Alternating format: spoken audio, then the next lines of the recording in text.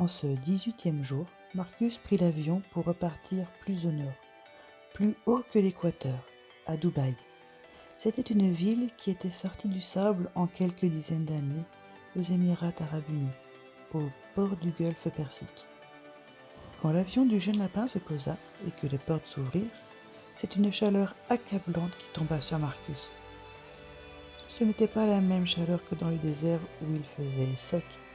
Ici, avec la mer à côté, il faisait beaucoup plus humide et les vêtements avaient donc tendance à coller à la peau. C'était très désagréable. De l'avion, il avait pu voir les structures incroyables qui avaient été construites ici. La Skyline et le Palm Jumeirah par exemple. Et à terre, c'était pareil. Tout avait été construit grand, comme si le but avait été d'atteindre le ciel, comme si ici vivaient des géants ou que le but avait été de battre tous les records du monde en un seul endroit. Quand Marcus voulut entrer dans un centre commercial, il se rendit compte que toute la fraîcheur était ici, dans les bâtiments.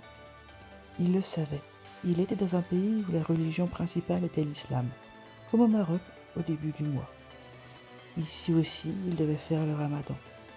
Mais quand il voyait la décoration tout autour de lui, il se serait cru dans un grand magasin chez lui.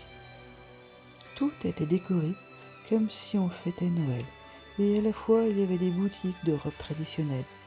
C'est comme si on mélangeait toutes les croyances et les civilisations ici.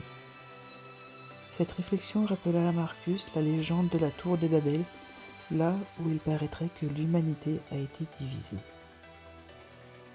Marcus continua sa visite et décida de monter tout en haut de la tour la plus haute du monde, la Burj Khalifa, qui culminait à plus de 800 mètres de haut.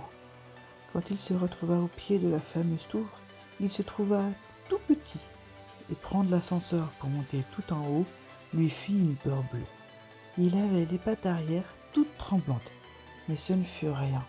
Quand il arriva en haut et que les portes de l'ascenseur s'ouvrirent sur un mur entier de baies vitrées donnant sur la ville, mais surtout sur un vide immense.